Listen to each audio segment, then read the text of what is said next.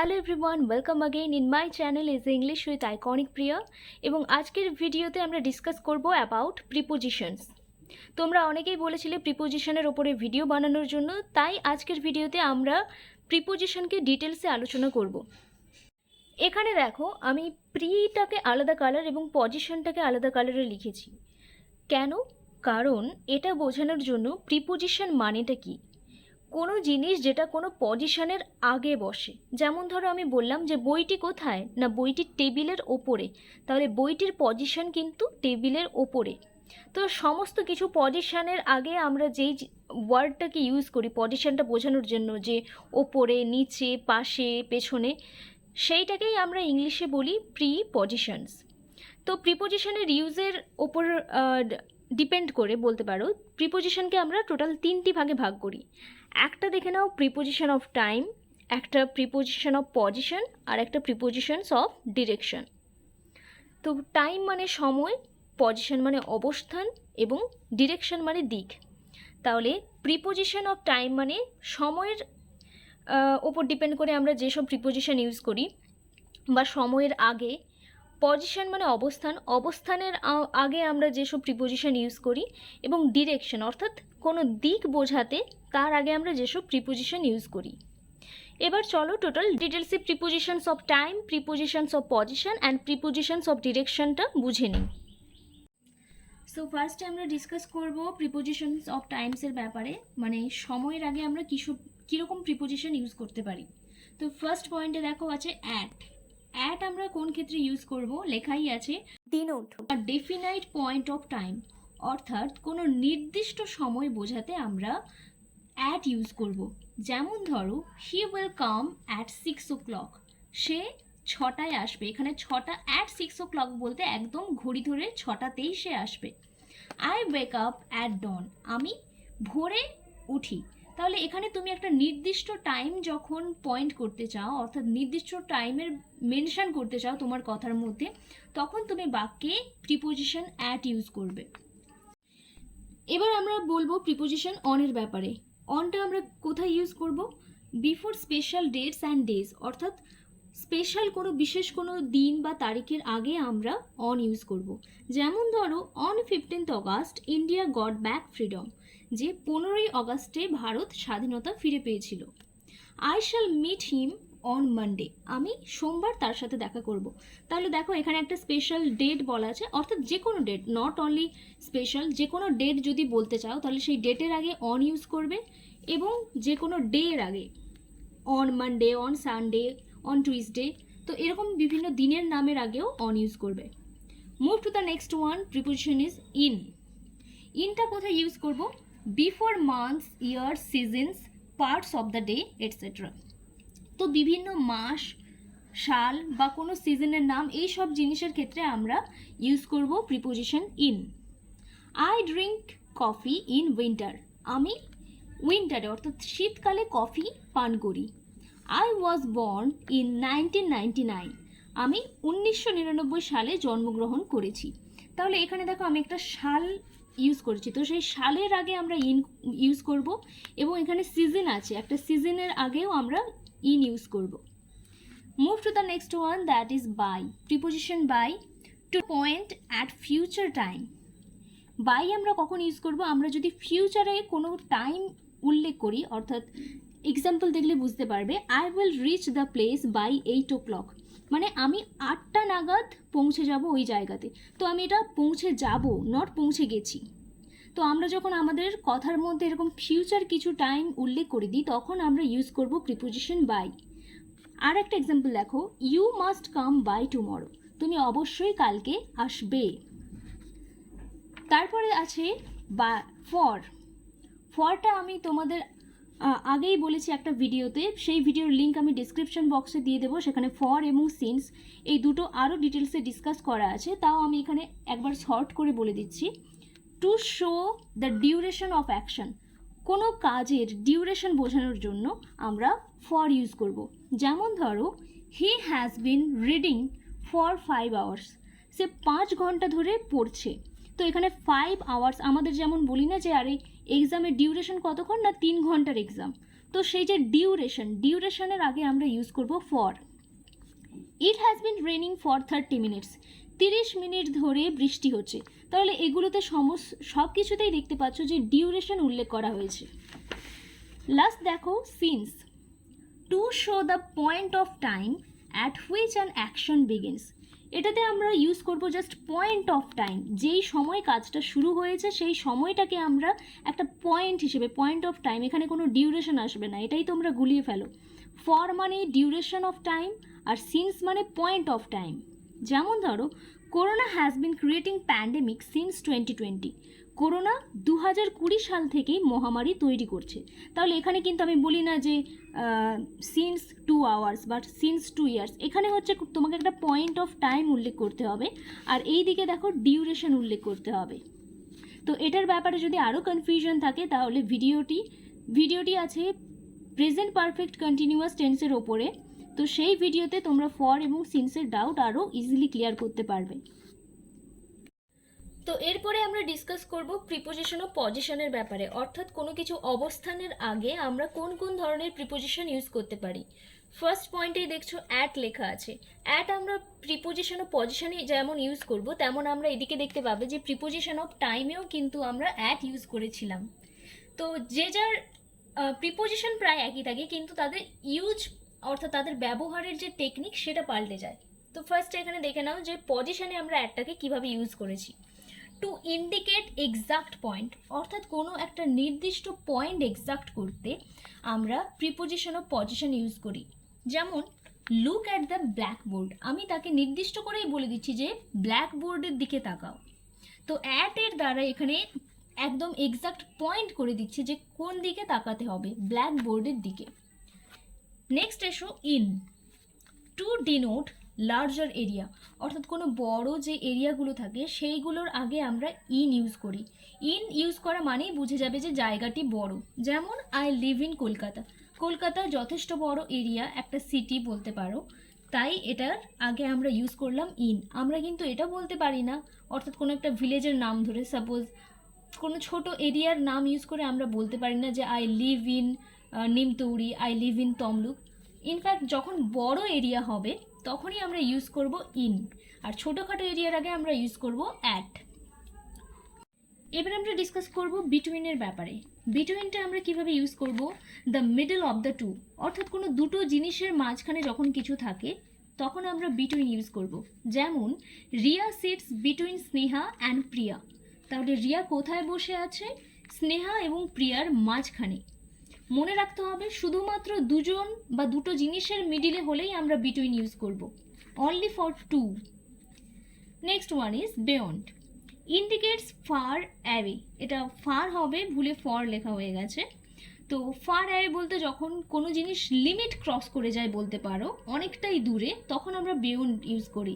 যেমন this is beyond limit, অর্থাৎ এটা লিমিটের বাইরে, বাইরে বলতে অনেকটাই, অর্থাৎ লিমিট ক্রস করে অনেকটাই চলে গেছে, তখন আমরা বিয়ন্ড কথাটা ইউজ করি।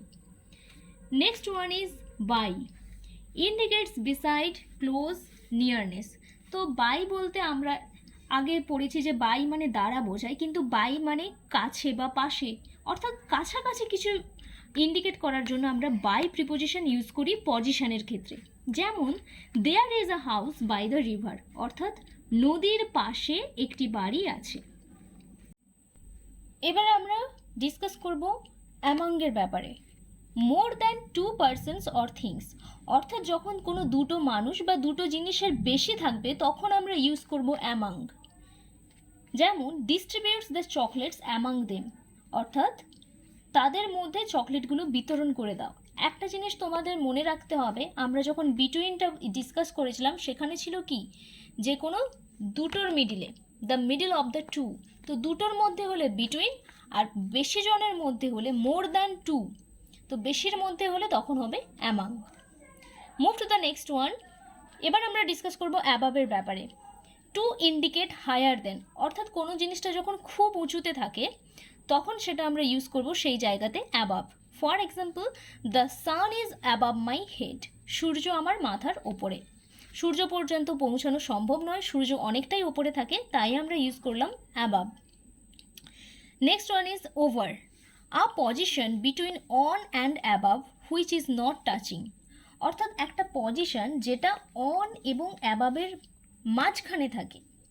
অন মানে তোমাদের আগের যে প্রিপোজিশন এপিসোড ছিল সেটাতে বলেছিলাম অন মানে জিনিসটা কোনো কিছুর ওপরে থাকবে এবং টাচে থাকবে। যেমন বলে দিলাম the pencil is on the paper, মানে পেন্সিলটি পেপারের ওপরে, কারণ এটা ওপরে আছে এবং টাচে আছে।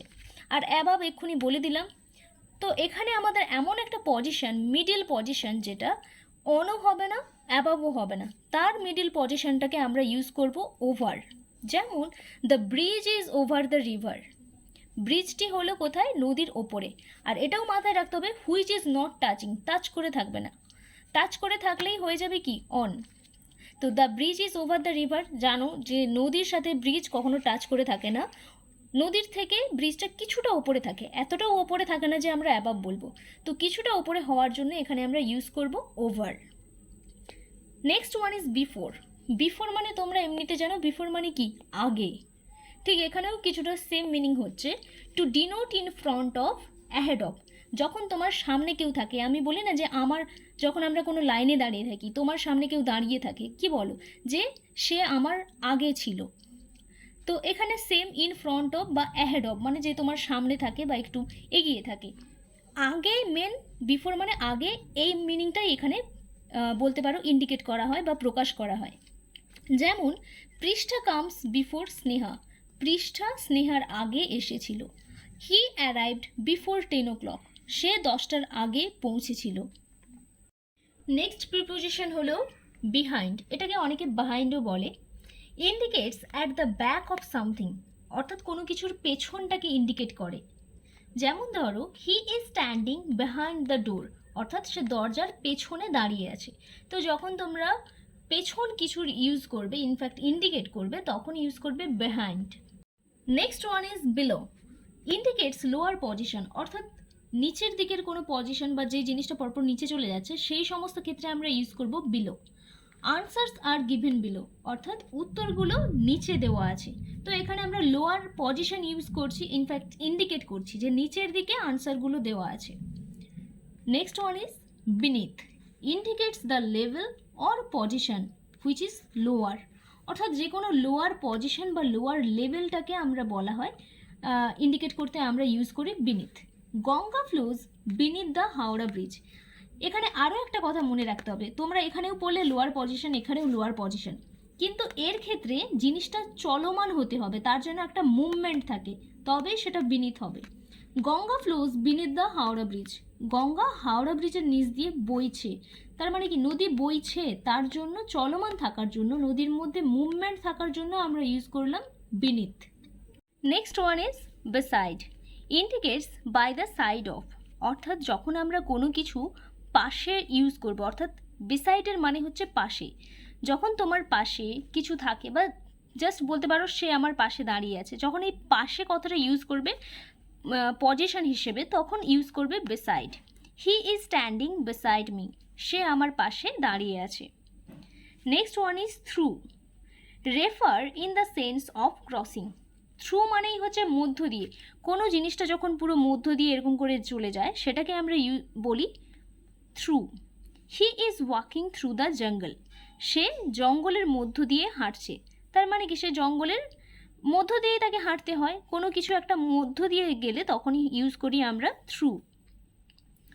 Next one is under, indicates below position, অর্থাৎ এখানে আবার সেম দেখতে পাচ্ছ, নিচের কোনো পজিশন যখন আমরা ইন্ডিকেট করি, নির্দেশ করি, তখন আমরা ইউজ করব preposition under. The cat is sitting under the tree, বেড়ালটি গাছের নিচে বসে আছে।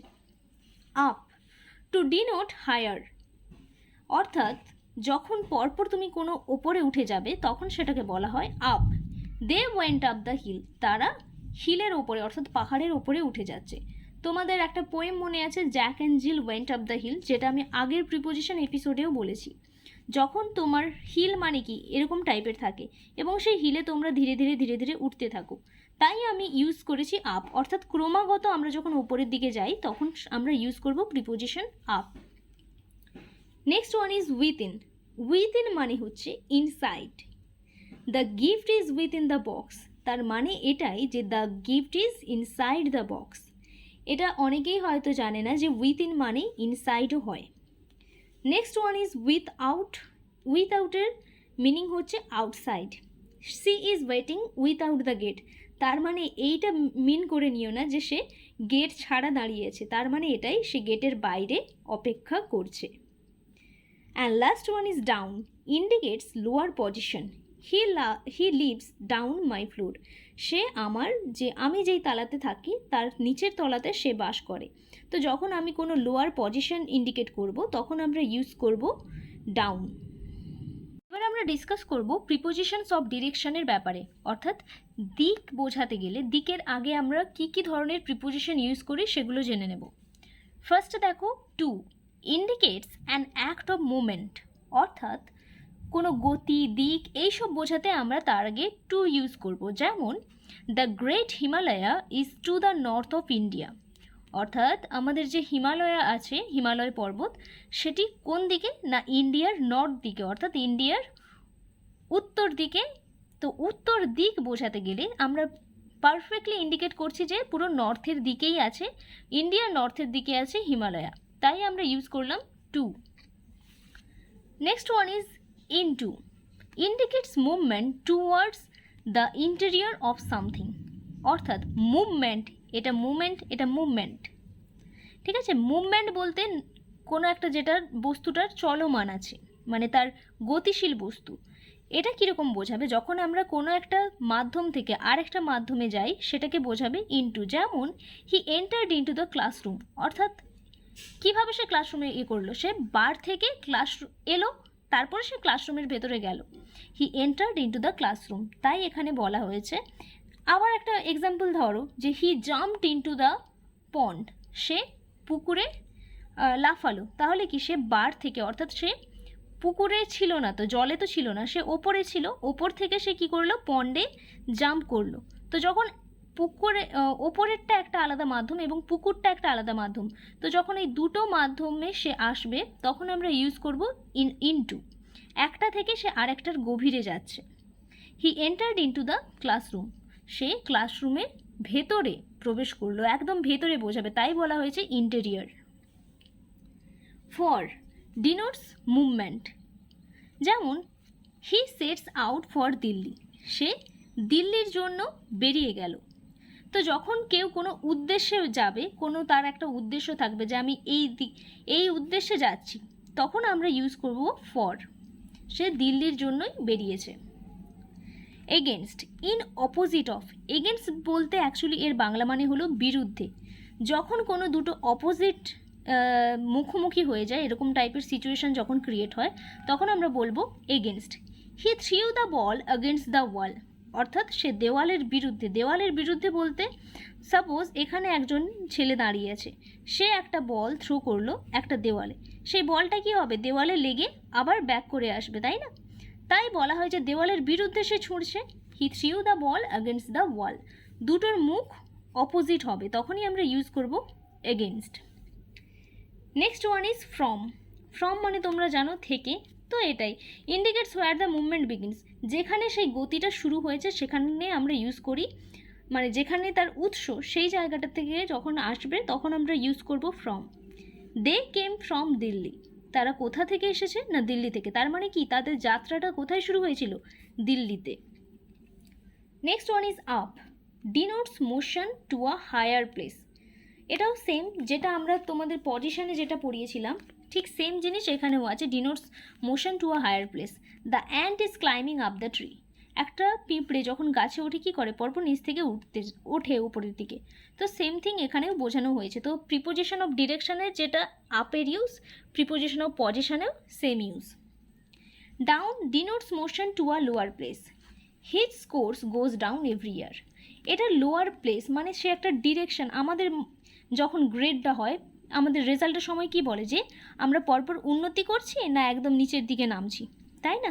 তো একটা ডিরেকশন থাকে আমাদের, তো তাই এখানে লেখা আছে he scores goes down every year, তার স্কোর প্রতি বছর এরকম নিচে নেমে যাচ্ছে, মানে প্রত্যেক ইয়ারই তার স্কোর পরপর ক্রমাগতভাবে নিচে নামতে আছে।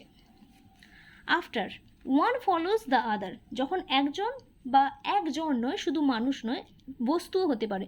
একটা জিনিস যখন আরেকটা জিনিসের পেছন ধাওয়া করে তখন আমরা আফটার ইউজ করি। যেমন the police ran after the thief, পুলিশটি থিপের মানে চোরের পেছনে দৌড়চ্ছে। তো এই ছিল আজকের টোটাল প্রিপোজিশনের ক্লাস। জানি না তোমাদের কতটা ডাউট ক্লিয়ার হয়েছে, বাট কারো যদি ডাউট থাকে অবশ্যই কমেন্টে লিখে জানাবে। আমি যতটা সম্ভব চেষ্টা করব তোমাদের ডাউট ক্লিয়ার করার। আর এইভাবে তোমরা বলতে থাকবে যে তোমাদের আর কোন কোন সাবজেক্টের ওপরে, ইনফ্যাক্ট আর কোন কোন টপিকের ওপরে ইংলিশ গ্রামারের তোমরা ভিডিও চাও। তো প্রিপোজিশন আজকে যতটা বোঝালাম তোমাদের কেমন লাগলো এবং কতটা ডাউট ক্লিয়ার হলো অবশ্যই কমেন্টে লিখে জানাবে। আর কোনো কোয়েশ্চেন থাকলেও সেটা অবভিয়াসলি কমেন্টে আমাকে জানাবে।